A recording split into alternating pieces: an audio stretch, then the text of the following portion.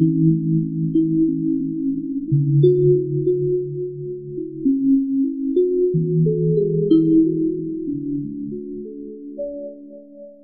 are introducing Professor Hill, who is professor at the University of Maryland, College Park, with appointments in the Institute of Physical Science and Technology and the Department of Physics, and he is also a fellow of the Joint Quantum Institute.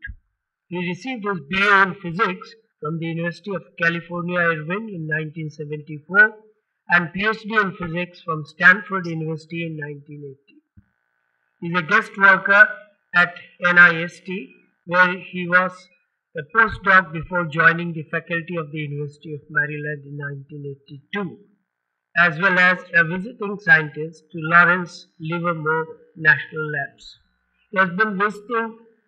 He has held visiting positions with Institute in Venezuela, in France, and JILA at the University of Colorado. Professor Hill's honors include Fellow of the American Physical Society, Fellow of the National Society of Black Physicists, Presidential Young Investigators of the National Science Foundation. His research interests are broad, with publications ranging from high-energy particle physics to atom physics. His current investigations fall into one of the three areas with atomic, molecular, optical, AMO physics, 1. Ultra-fast dynamics and quantum control, 2. Ultra-intense laser-matter interaction and high-energy density physics, and 3. Atom optics and quantum information science. We gather that this year Professor Hill is on leave from the university as is running an EMO program at NSF with an annual budget of about $20 million. May I now request Professor Wendell Hill to present this. Well, thank you. It's a real pleasure to be here. And so it's quite nice to be here. Before I start my talk, I thought I would show this little video. As some of you may know, the Ruby laser is 50 years old this year. And so in the US and in Europe and other parts of the world, there has been a celebration. And so this is the last month of that celebration. So I thought I would show a little video here which is going to set the stage for what I'm going to talk about. So let's see how that, hopefully this will work. It worked before.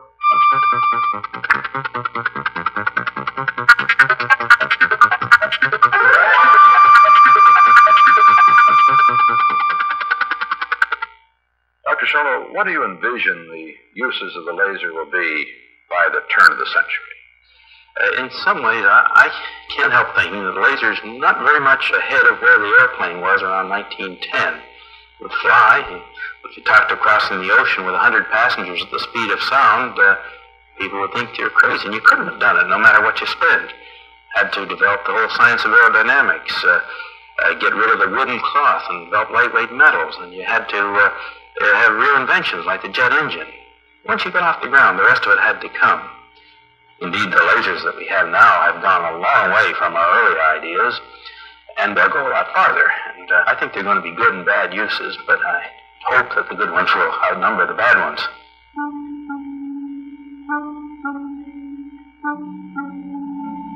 The laser today, in a sense, is a solution seeking a problem. It is here, but its real potential has not yet been realized. Its ultimate uses wait to be discovered. The creation of the laser was an ancient dream come true, the ray of light that heals, the sword of light that destroys your enemies. The laser today stands on a technological frontier, a frontier we're only beginning to explore. Where the laser's fantastic light will shine is a challenge we face as we move into the 21st century.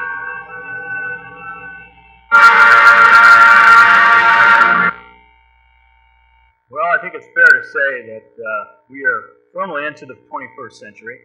That video was made about 7 years after the first laser was demonstrated. And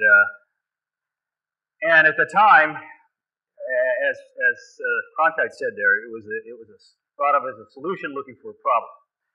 And I think today it's safe to say that there are many problems in search of a laser, and quantum information is no exception.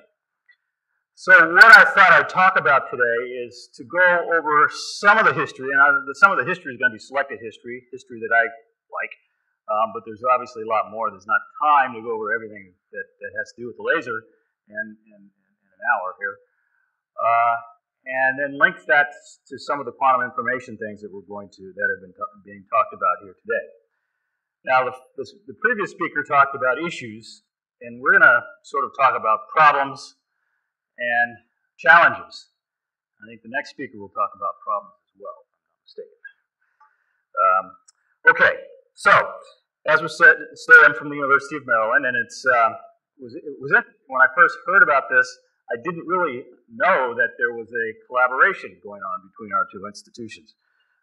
And so it's actually quite a pleasure. And we now have this Joint Institute for Quantum Information, or this Joint Quantum Institute is what it's really called, and it's bringing lots of different kinds of people together looking at this particular problem of quantum, not necessarily for quantum computing, but just quantum issues. It's bringing lots of us together from different parts of the world. And it's quite interesting that, 20 years ago, let's say, condensed matter people and atomic physicists would never talk to each other, and today they are working hand in hand. And we even have people who do gravity and relativity talking to us as well, which they never talked to us either. This is quite fascinating. So on this picture are several different cartoons of the kinds of things I'm going to talk about. Here are some. These are atoms, very cold atoms falling in gravity. Here's a beam splitter for cold atoms, and then we have some funny-looking laser beams here, which we'll talk about here. So here's where we're going to go, and as I mentioned, we're going to do look at some selected history of the laser, and it's selected by me, so the things that I think are really cool and kind of neat, but there are many more things. And then I'm going to talk a little bit about quantum optics, and quantum optics is sort of sometimes a misnomer. Not everything in quantum optics is really quantum, but I'm going to try to talk about some things that are quantum, again, related to this issue of quantum computing. And then we're going to look at some examples of things that, again, that are relative to what we're really trying to say, related. And then I'll talk about some experiments that we've done in the Joint Quantum Institute, some things that have been done at the NEST, and some things that have been done on campus. Okay, so the laser timeline. So we could go back, probably Einstein's A and B coefficients are really what gets everything started, because at that point we first look at the simulated emission, which is back in 1917. And so before the laser, of course, was the maser, and this was done in Towns' lab. And then Towns jotted down some notes as to how to make this work in the optical range. The maser was an easier problem because you could actually make a cavity which held a single mode or a single wavelength. Where in the optical region, that was not possible, so you had to do some things more, it had to be a little more clever. And so he jotted down some notes. Now, some of you may know that the history was not exactly smooth, because it has to do with people, and people have issues. And so the laser was no exception, and there was a graduate student named Gould who also jotted down some notes and actually had the foresight of getting his notes notarized, but he's given credit for coining the word laser, and so this is going to come back in this history.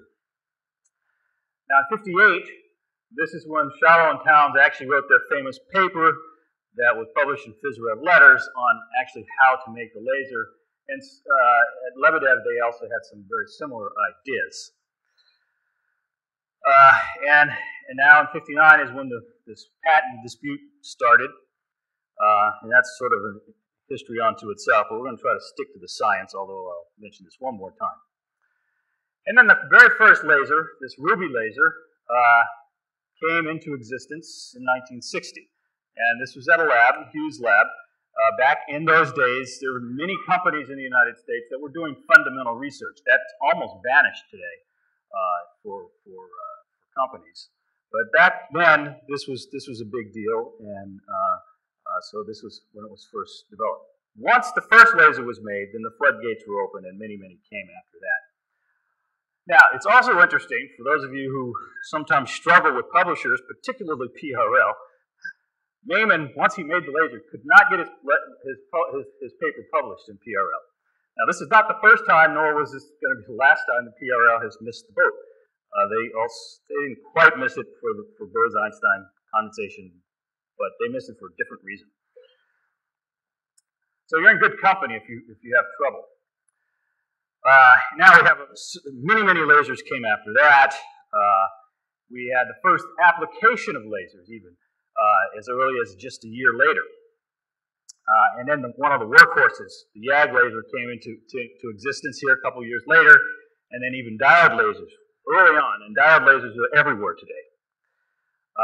Mode locking, this has enabled very short laser pulses, which then has enabled lots of different techniques even today.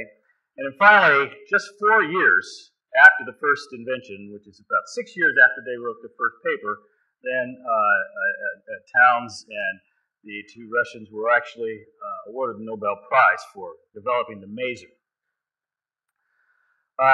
Then there was another Nobel Prize for optical pumping. Now, optical pumping, of course, is very important today, and we'll see that again in a few minutes. And then there were other breakthroughs, fiber optics, and the dye laser, of course. Now, the dye laser was huge because that allowed spectroscopy, and then laser spectroscopy took off. Now,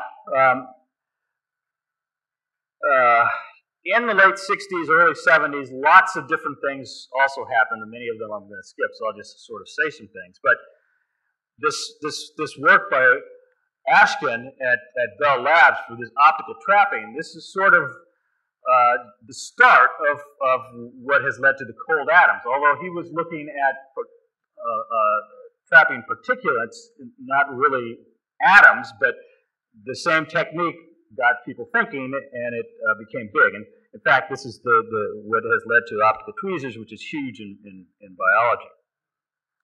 Now, in the 70s, early and mid, and all the way through the 70s, particularly in Shallow's lab, and I was a Shallow student, so as part of this, we developed lots and lots and lots of laser spectroscopy techniques. I mean, virtually once a month, somebody had another idea. Not all of them were very good, but there were just lots of ideas floating around.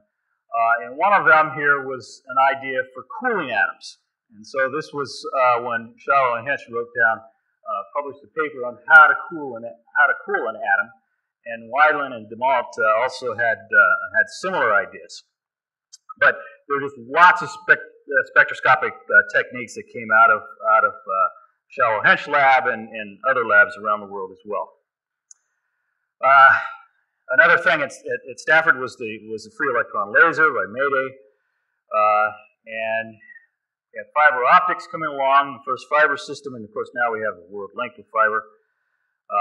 And then a few years later, we saw this first cooling of atoms, and then of course cold atoms is big, and in my opinion, may play a big role in this whole idea of quantum information, quantum computing.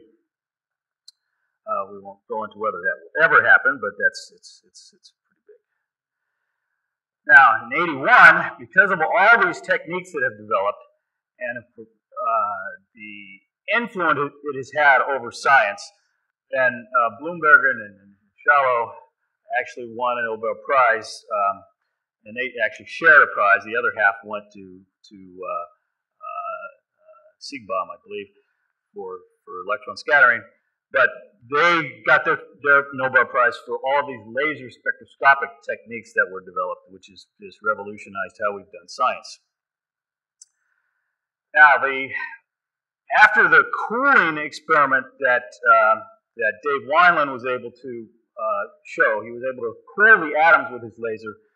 Then Steve Chu, also at Bell Labs at the time, came up with this optical molasses. Now, he called it a molasses because the atoms weren't really trapped; they were just slowed. But slowed to a point where you can actually see them. So they got very, very cold. And then it was adding the magnetic field, which was the trick there to make it into a trap. and so you actually could trap these atoms elastically. But really, this showing the molasses was quite important. And then the trapping came out of NIST and Bill Phillips' lab, and in fact, the trapping worked so well, the atoms got so cold that it was a big mystery as to why the atoms were so cold. Now we'll see this. It turned out to be because we were thinking of the whole process as a two-level atom that is just with two states. It turns out that the problem is a lot more complicated than that. And in fact, when you take those complications into effect, you can understand why the system works so well. There's Einstein condensation came along. Now there's a big gap. Lots of other stuff happened in that period of time. But now the Bose-Einstein condensation came in, and this again, cold atoms led to that, and then this clever idea of this evaporative cooling, which allowed you to get to very, very cold temperatures. And then so this set a whole new standard for what cold is. And superfluid helium we talked about this morning, and that was cold. That was very cold. But now cold atoms for what we call thermally cold atoms in a magneto-optical trap, for example, we're talking about within a millionth of Kelvin. But now to get down to the BEC, you're down another 3 or 4 orders of magnitude. You're down into the nano-Kelvin regime. So these things are really quite cold, and then that's why they actually then work as a single wave, a single state. And so we had the cooling and trapping Nobel Prize, followed by the BEC Nobel Prize, and several other Nobel Prizes. This is somewhat unrelated, but another Nobel Prize in laser spectroscopy. And then finally, we had, just last year, there was a Nobel Prize for work in fiber. Now, this goes on and on and on and on. Again, this is just a selected list. There's many, many more things that happen. But I would think it's fair to say that the laser is really at the heart of a lot of these things, and there doesn't seem to be any end to what the laser can do in terms of helping us in our quest for new discovery, which seems to be the hallmark of certainly physics and science in general. Okay, so this is just a laser, and the laser typically has lots and lots of photons, as we call them, a term which is overused sometimes. But in many respects, one can talk about what the laser does and the light that comes out of a laser in a classical sense, except for the fact that you have the stimulated emission. When we look at how the light interacts with matter, often we can treat that classically. But now we want to look at times when we have to actually look at the quantum nature of the interaction. So this goes back even further. We have to go back to the black body radiation here that Planck talked about, and we actually now quantize this radiation field, and we have to quantize the light. And so now the light comes in chunks, just like particles. And it was Lewis who coined this idea of photon from this German word, meaning a portion of light. So we can actually talk about light coming in distinct units, and this is where the quantum comes in. And then we have these ideas of these coherent states, and then we go into a non-classical description. So even if you think about the Young's double slit experiment, if you talk about it in terms of light, you can explain that because light acts like a wave, and so that's a completely classical description. So, but to get to a non-classical description, you need to talk about photons, or actually, in fact, you need to talk about the light having both particle and wave properties simultaneously. So there was a lot of effort in the 50s and the 60s that went into trying to describe a wave function, which is a non-trivial exercise, a wave function for light. And in fact, looking at the coherence properties and all of this was really quite a feat and quite a lot of work. But now the Jaynes-Cummings model is the model which was partly the roadblock, because this is the two-level atom. And so you have atoms, you have two levels in the atom, and you have a quantized radiation field coupling these two. And so this was the model that we based a lot of our understanding on, and still quite an important model. This has been, there's been updates for 2 photons instead of just a single photon, but this is where we're getting really down to the quantum level, 1 photon at a time. Well, it depends on how you want to count this thing, but you can talk about this experiment that was done in Rochester as looking at some of the non-classical nature of light. Again, a lot of what you see with light can be described simply in terms of a classical wave function or classical electrodynamics. But when you get to the non-classical issues, this is where we really are into the quantum optics regime. So we can talk about single photon sources. And there have been lots of them. I mean, they come from trapped ions, they come from molecules, they come from quantum wells, they come from quantum dots, even color centers. And so there are lots of ways you can get single photons. Now, you need to distinguish a single photon from a source which is very weak, that sometimes lets out a photon, sometimes lets out 2 photons. So you really want to have 1 photon at a time. And in fact, what you'd like to have is a single photon on demand. And one of my colleagues, at least, who works in this area, claims he has a single photon on demand as long as your demand isn't too high. You don't want to be too demanding. You're supposed to laugh at some of these. Let me know you're awake. Or maybe they're not so funny. All right. So now let's go look a little bit about some examples here that we can see in quantum optics. So I'm just going to name a few. Again, there are many examples that one can look at. I'm just going to talk about some of the ones that I think are really kind of neat. And so here's, and not to say the other ones aren't, but these are just ones that I thought of. So cavity QED. And so this is the idea where you're going to take an atom or take light, and you're going to put it in a very, very tiny cavity. And Purcell talked about if you were to restrict the light to a small cavity, you can enhance spontaneous emission. Now, it took many years for that demonstration to actually be shown in Hiroshi's lab. And then Kleppner talked about, well, if you take this atom and you can put it in a radiation field, you can suppress this spontaneous emission, and that also was demonstrated in his own lab a few years later. So you put the atom, or you put the radiation and put the atom in a cavity, and it really changes things. You have a very strong interaction between the radiation field and the cavity. If you have atoms in the cavity that are radiating, they're strongly coupled, strongly correlated. You can get entanglement between the atoms because when the light comes out, you don't know which atom actually emitted the light. If you get down to the single, I'm going to say this in a few minutes, if you get down to the single atom in a cavity regime, then the atoms can do very interesting orbits inside these things.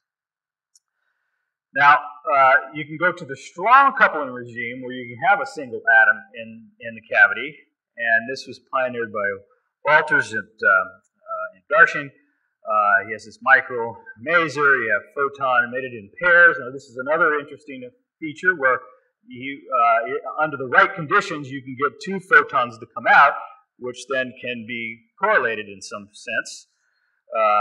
You can have a single atom laser. And so there are lots of different things that come out of the cavity QED, and that's another one of the types of architectures that may play a role in quantum information, because you can get these entanglements. Now, this electromagnetically induced transparency is another feature which could play an important role, because it could have an influence on storage of information. And so this was predicted back in '86. Olga now is at Texas A&M, at least spends part of her year there, where they've done lots of this kind of work. This was first demonstrated in Steve Harris's lab, And there have been lots and lots and lots of papers since that particular time. Now, one of the things which has come out of this, among others, there's lots of other things, but one of these things that's come out is this idea of slow light. And the idea is fairly simple.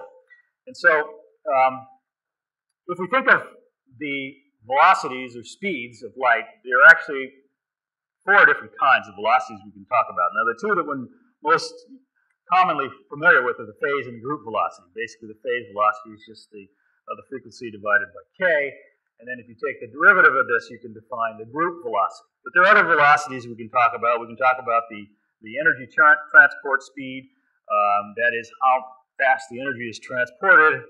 You can talk about how fast this, if you have a pulse of light, how fast the half width of this goes through. You can talk about the front. And so you remember a wave is going to be defined as a disturbance, and so you look at where that disturbance first peaks through, and actually a lot of this has to do with this superluminal type of velocities, how quickly this front is moving through. Now generally, in vacuum, of course, all 4 of these move at the same speed. If you go into a linear medium, then generally the phase velocity is faster than the other 3, but the other 4 are all moving together in a linear medium. But now if you go into nonlinear medium, things get quite interesting. And so this EIT here is an example where things can get quite interesting.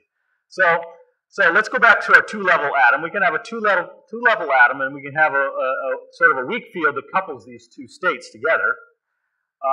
Now you get close to this absorption, and then we have a real and imaginary part of the index of refraction. So the imaginary part, of course, corresponds to absorption, and the real part is the index of refraction. Now the group velocity here is how this thing changes as a function of d omega dk, basically. Now imagine you have a 3rd level, C, and we put a strong laser here. Now, by coupling this strong laser, we start to modify the whole structure here of the field. And in fact, if you now look at the real and imaginary parts, they look quite different. You can get right here, right on resonance, where we can have a transparency. And so the system now becomes transparent to the radiation field at that particular frequency. But also, this modifies very strongly the group velocity. In fact, you can make the group velocity very, very slow, down to kilometers per second. So you get very, very slow propagation of light through the medium. And not only can you get very slow, you can actually store information. So you can store quantum information. You can actually bring the laser pulse to a halt. And these stationary pulses were demonstrated not too long ago in Lucan's lab at Harvard. And this is really I think this is really kind of neat. So the setup was something like this. So we have a couple of lasers. Now we have our same 3-level system here, but now we're going to have 2 strong pulses. One propagating in the forward direction, one propagating in the backward direction, relative to our probe laser here, which is in the red. And he's going to turn these things on and off at different times. So what happens is that, of course, when the probe laser is on, and these are going to be done in pulses now. So you're going to imagine you have a relatively long pulse, so it's not a very short pulse. But you're going to send this pulse through this medium, and you're going to turn on the forward-going pulse. So what happens here is we're going to delay this. So when the forward-going pulse is on, then the light comes into the medium. It's transparent to the medium, but it's very, very slow. And at the same time, it starts to set up it's going to optically pump this medium. So you're going to get these things in the various states. And all this requires a balance of the intensities and all of this, which I'm not going to talk about. But the interesting thing is that if you turn this thing off, then the pulse comes out. And so here the pulse is on. If you turn it off, then the pulse gets trapped inside. And then you turn this pulse back on, and then you get that information out. So this curve number I here is that this is the beginning of the pulse, a little leaks through, you turn this thing off, it gets trapped, nothing happens, you turn this back on, and the information comes out. So you can store whatever information is on the signal that comes into the medium, and you can retrieve that. Now the really interesting thing is that if you have two pulses, two of these strong pulses, one in the forward, one in the reverse direction, and when they're both on at the same time, you can delay that pulse from coming out even further. So we look at curve 2 here. Right in this region, we're delaying it. Between the blue and the green arrows, when both of these are on at the same time, the pulses are suppressed. The pulse can't propagate any further. And basically, the argument goes that you set up this set of Bragg peaks in here, and so the pulse scatters and it actually can't move. So you have this, what he calls a stationary pulse inside. And so pulse 2 here, as this thing is delayed, it can't get out, and it finally leaks out. And you can make it go in the forward or backward direction. One is a lot more efficient than the other. But here's a way now we can actually store information. And so this is being looked at quite a lot. Now, entanglement. Now, this is a direct measure, directly related to what one wants to do here in quantum information, because now when you have entangled photons, then you have what's so-called these flying qubits. And so you can actually now transmit this information. And, of course, there's been lots of work done on the polarization of light. So you can take the spin of the light. So you can take a photon, an ultraviolet photon, and you take it into a crystal that does down converting, and then we can get a series of pairs of photons of different colors. Now, this is actually false color. But now, right where these bright spots are here, the green, those two spots, these guys are entangled. And so the spin of those two photons now coming off in different angles now are entangled. And so until you measure one, they're not in any state. And once you measure one, the other collapses into the other state. So you have a true entanglement right at these locations. Now this is with spin, and of course that's been done. But there's another thing that one can do here, and I'm going to talk a little bit about how you make this here a little later, that has been shown, is that not only can you do this with the spin angular momentum, you can do this with orbital angular momentum of the light. And so the orbital angular momentum of the light comes about by having light that has a phase that as you go around the azimuthal angle, the phase changes, very much like what's shown here. So this is a phase change as you go around these angles.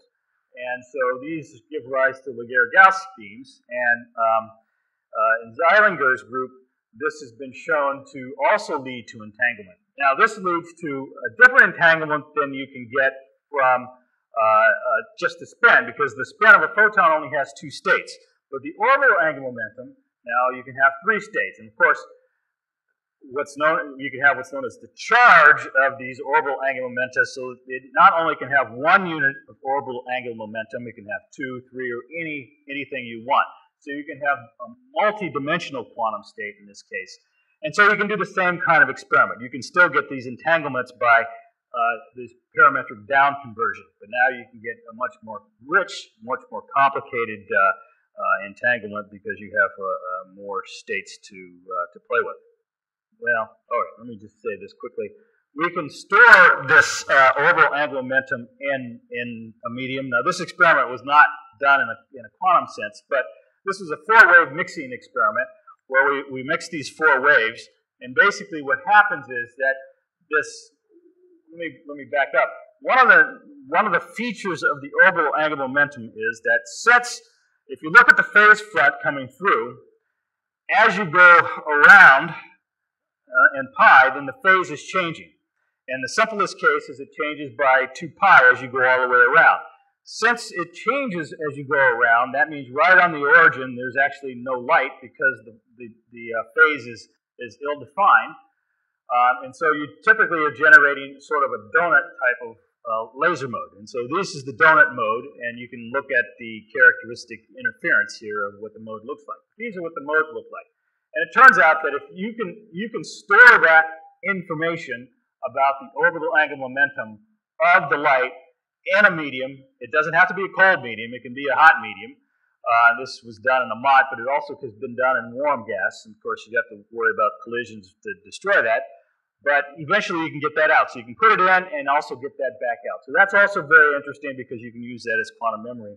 We're going to come back to both of these here when I talk about some of the work we've been doing at the JQI. Okay, well, the list goes on and on and on, and there's lots of references here, and if anybody is interested, I can give you these things. And so there are lots of references. Okay, and those are just key. All right, so now I'm going to spend the remainder of this time talking a little bit about what some experiments that we have been doing at the Joint Quantum Institute, some in my lab and some in Bill Phillips' lab, where I'm collaborating on some of these. And they're basically going to fall into two categories, and they're going to be somewhat intermingled, so I'm not going to try to separate these things out. We're going to look at atom optics, that is, looking at optics for cold atoms. And this is all for cold atoms, and most of the experiments we have done so far have been on thermal atoms, but we are doing this in such a way we're interested in being able to do these with in the condensed phase. So looking at decoherence is an important issue that we want to be concerned about. And then we've also done some experiments here on the degenerate Bose gases. All right, so let me start off here. We want to look at some similarities and differences here between Bose-Einstein condensate of a gas, superconductivity, superfluidity, and light. Okay? These things are really more related than I thought of before. So I'm going to show you three pictures here. The upper picture here is a picture of superfluid helium. This is a Bose gas, and this is light. And what those three pictures have in common is they're all showing vortices. Okay? This is the vortices in helium, vortices in a degenerate Bose gas, and vortices in a light field. And the interesting thing about that here is that the equation which describes these, actually this one as well, look very, very similar. Now you will all recognize this is the nonlinear Schrodinger equation, and this is a propagation equation for the light field. And they have the same structure. They're all related to the so-called Gross-Pedayevsky equation, and they have the same structure, except that for the degenerate Bose gas and superfluid helium, we have this in time. So this is a Schrodinger equation, which of course has a single time dependence. In the optical case, we have a spatial dependence. So we have this z component, that is the translation distance, takes the place of time. Now, this picture happened to be taken in vacuum, so that's a linear medium. And so in a linear medium, nothing really interesting happens. But in a nonlinear medium, then very interesting things happen. Because there's an interaction between these vortices here in a degenerate gas, as well as in the BEC. In a linear medium, there's no interaction between these vortices. But in a nonlinear medium, these guys interact. And so one thing that would be quite interesting, and things that we're actually thinking of looking into a little more carefully, look at a light field with vortices as a simulator for what happens in a degenerate medium of a real gas. The difference being, of course, this is a massless interaction. The light is a lot easier to control than matter. So there's a real close coupling there. All right, I already said that. Now, what we're going to look at, what I'm going to do here, I'm going to talk a little bit about vortices, not related to this per se, but we're going to induce vortices in a BEC using vortex in a light field. But first I'm going to talk about the vortex in the light field and how we can use that for atom optics. And then we're going to look at some superflow in a BEC and try to relate that back to superconductivity and things. All right, so atom optics.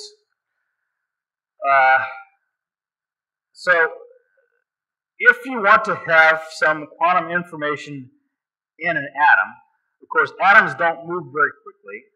And if you want to have lots of them, we're going to have channels in which we can move these things around. And so there's really a need for some kind of atom optics.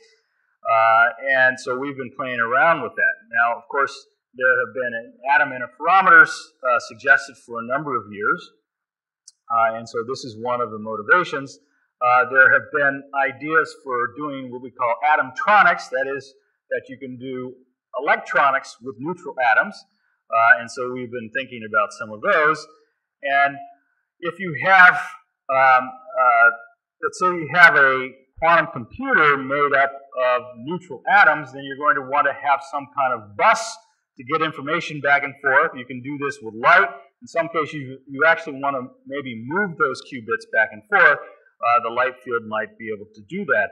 Of course, you can have these squids, and you may even have some type of a model for photonics. That is, you can have delay lines and so forth, and you can think of doing these things all with cold atoms if you had some atom optics in which to try to do this. And we're trying to develop some of these things. So there's a need for guides and beam splitters and a way to store these things and circuits and all of this stuff. Of course, a lot of people are talking about putting these atoms on chips, and so you can make a BEC on a little chip with magnetic wires and all of that. We are taking the approach of trying to do this all in free space. Oops, what happened? Trying to do this all in free space. And the reason for trying to do this in free space is that you can make them and break them anywhere. And so we're doing this with these vortices. Now here's a vortex. How do you make these vortex? Well, it's very straightforward. You can take a mask, and this mask has to have the right phase information, and what this sort of branching phase information leads to these kinds of phase fronts. So basically what happens is if you look at the phase as you go around 2 pi, the phase also changes by some multiple of 2 pi. Actually, it turns out it doesn't have to be a multiple of 2 pi. It could be a multiple of 4 pi. And so here's a multiple of 2 pi, and here's a multiple of 4 pi. So you go around, and so this is called having a charge 2. This would have a single unit of orbital angular momentum. This would have 2 units, and then so forth. You can get very large. We've made as big as 20, actually. And these things can actually propagate. These beams actually propagate. We tend, for doing the atom optics, we tend to make these into what's known as a Bessel beam as opposed to a vortex beam. And then that same phase flux now has instead of being flat and sort of a circular ramp that goes up, these things are inclined a little bit. And so these things propagate over long distances. We're talking many meters without changing their size. So it's got limited diffraction. In fact, it only propagates so far, and then the whole thing falls apart. But you can go for many, many meters. And this picture here is taken of atoms. Actually, wasn't done this picture I did a different way. But basically, what happens is you have one of these tubes around the cold atoms, and you turn the trap off, and the atoms just fall in gravity. So gravity is being pulled down. You can see they don't move. They don't get any larger in the horizontal direction because there's a tunnel there. So this tunnel keeps these atoms confined. And so you can make these nice long tunnels for these atoms, which we've done.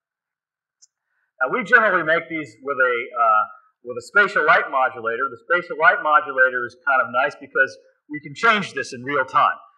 And generally, there are many different kinds of spatial light modulators. The ones that we typically use are made out of liquid crystals. Now, liquid crystals turn out to be very, very slow. They can't change very fast. So they're on the order of tens and hundreds of milliseconds is sort of the time scale over which you can change it. But nonetheless, you can actually change these things in real time. And here's a picture down here in the corner where we've made these tunnels. In fact, we've made these things that had 2 tunnels. We're moving them back and forth. And this is being done by simply changing the phase front here. And we can make these things change in real time, and these atoms will move with them. And so just let me remind you of the cold atom here. Basically, this is the typical structure of an alkali. If you tune your laser to the red of the resonance line, the atom, which then has an induced electric dipole, tends to be pulled into the laser field because the laser field has a non-uniform distribution, and so it wants to be pulled into the more intense part. If you tune it to the blue, it gets pushed into the darker part of the beam. And so if you have a hole in your beam, you can have your atoms sit more or less in the dark, which is quite nice because then they don't scatter light quite as much. And so that's what we do.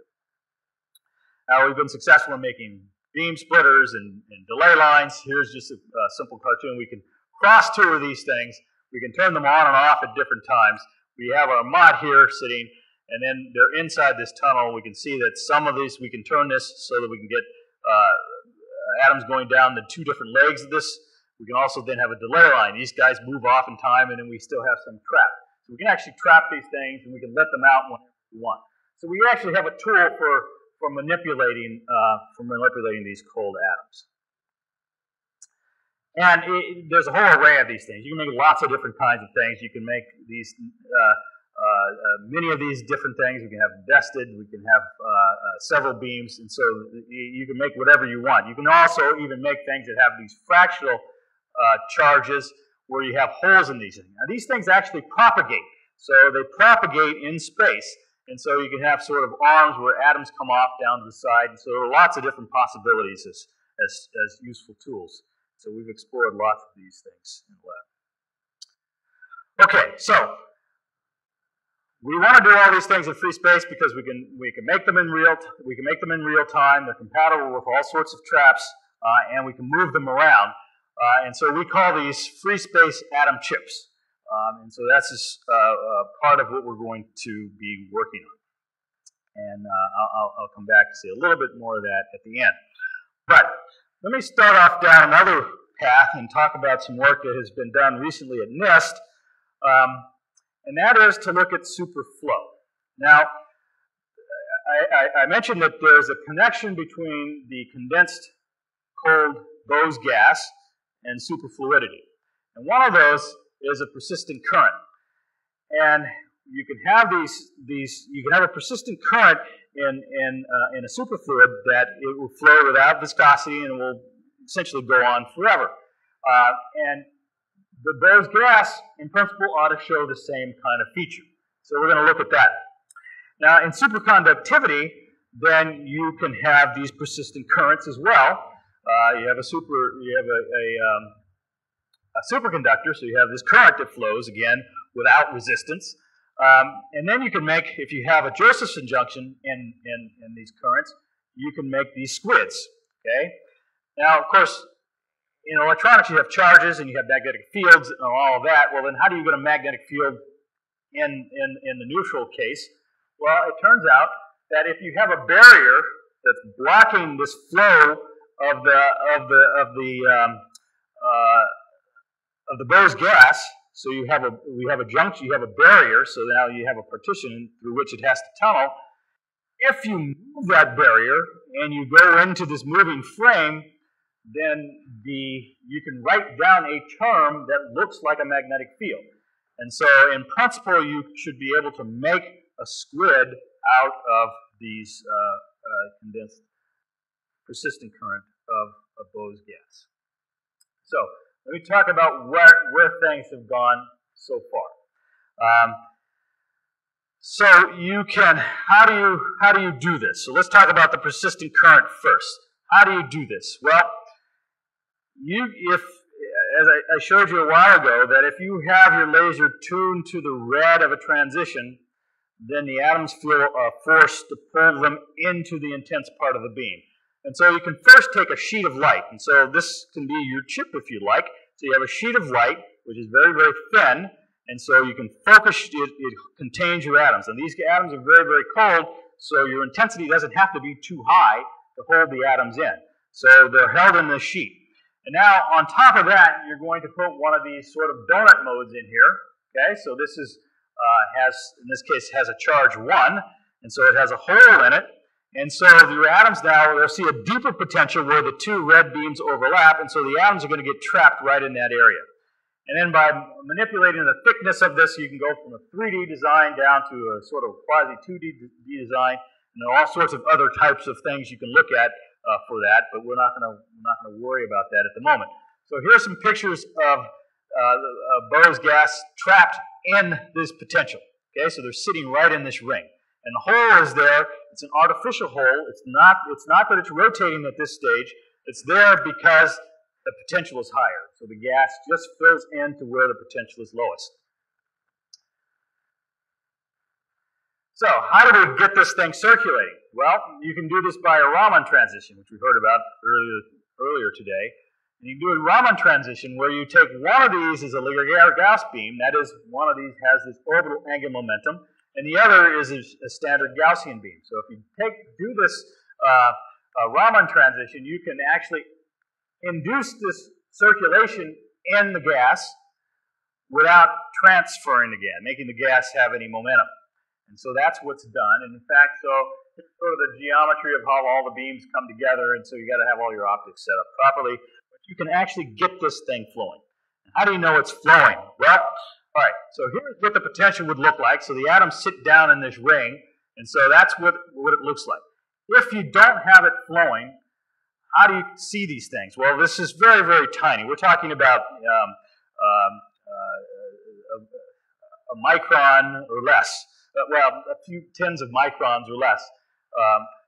And so it's very, very tough to see unless you have a microscope, which we didn't have on this particular experiment. So what you do is you let this thing expand. If this is not flowing, what happens is the hole fills up. And so you can see this hole goes away. And so this is how we can actually tell if we have a persistent current. And so if we come down here to a case where there's no circulation, you look in long time scale. This is 40 seconds. That's a long time. There's no hole when there is no flow. But if this flows, this hole stays put. And for the same reason, it's moving around, so the phase is changing. And so the hole has this phase, this continuity in it, and so you have this persistent flow. So this is really a persistent flow in this gas. Okay? So that's the one thing. So that's pretty good evidence for persistent flow in the Bose gas. Now, the next thing is to try to put a barrier in here. You can put a barrier in here by just introducing another beam of light. And you can introduce a blue detuned beam of light. Remember, the blue detune now will kick the atoms out. So they want to go away from the blue area. And so this experiment was done by many steps, but we put a barrier in here at a certain point. We turn the barrier off, we turn the trap off, and we let this thing expand, and we look to see what happens. And so one wants to look for several things in this experiment. First of all, we have a persistent flow. If the barrier gets too high, it's going to break the flow. So in this case, the flow is measured as a function of the barrier height. And this is what happens. And so these open triangles here are the measurement of, this experiment was done many, many, many times. And so a barrier height was set, and then one looks to see when the persistent flow breaks up. And so as the barrier height increases, then we eventually break up the flow. But now you can increase that flow by changing the number of atoms. If you have more and more atoms, it turns out that the flow gets higher and higher, and then it turns out that the speed of sound also increases with the number density. The chemical potential goes as the number, so one can change the chemical potential. The speed of sound goes up, and so you can break through that barrier. And that's what's happening here. So at low chemical potentials, with the barrier in place, you can't break through, so the persistent flow breaks down. As this chemical potential increases, the speed of sound increases, you break through, and you come up, and then you have this persistent flow breaks through that barrier. And so one can measure the breakthrough as a function of barrier height. And it turns out to be almost linear. It's not quite linear. If you do a real simple toy model, you can see that there's a small curvature to it, but over this small range, it's basically linear. And this has a slope in this particular case of 1.6. Again, by this simple toy model, if you had a simple rectangular structure, then you would expect that you would calculate that to be closer to 1. Because we have sort of this harmonic potential is in there, it sort of changes that. So that slope is sensitive to the potential in which these atoms sit. So one can actually see these things. And if you compare that to what you would expect, this gray range is where you would actually expect the flow to break down. And basically what happens is that once the flow is higher than the sound speed, it can start to break through. And if it's below the sound speed, it has to stop. And that's because since this is a persistent flow, and since it is a superflow, then the flow has to be quantized. So either it can make it through or it doesn't, and then that's why you end up with this, basically this quantum jump. So it can't make it through, and then suddenly it can make it through, and then you have these quantum jumps. So as I mentioned, these experiments were done in this potential that was harmonic, that looks like this. If we go back to the atom optics things I talked about before, we're also interested in trying to make more unusual potentials, where you can have different shapes, for example. In this cartoon, you can have this sheet, and you can overlay on that other types of potentials.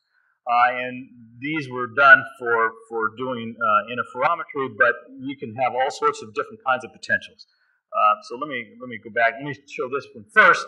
For example, you can have interferometry, and so in this particular case, we would have a blue tuned beam, so it would be blue out here, and so the atoms would be trapped here in the colder range. So you could have you can look at these persistent flow type things. You can actually use some Atomtronics or a battery or a capacitor or something. Now, the way we make these is really kind of interesting. We use a technique called phase contrast filtering, which allows us to actually put the actual image we want on, again, our spatial light modulator. And since we are using lasers, and since the lasers are coherent, then we run into trouble with speckle in the focal plane. And so the speckle turns out to be of low spatial order. And so one can get rid of a lot of that speckle, if not all of it, by using a phase contrast filter, and you could basically, it's sort of like the double slit problem, you can get rid of this. And so you can end up with a really nice image here in the output. And so the images now, right direction here, are actually quite good, and especially when we blue detune it. When we're to the red, there's still some ripple on top, but when we're blue detuned down at the bottom where it's pretty dark, it's actually pretty good. And so the atoms can move in a fairly smooth potential.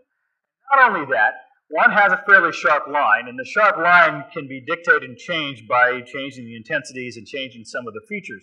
And so we could, in fact, make fairly steep potentials instead of the harmonic potentials that we generally have. And so you can think in terms of making a square wave potential and all sorts of other potentials in which we can have, we can look at these persistent flows and things. And so we're exploring how to make those things at the moment.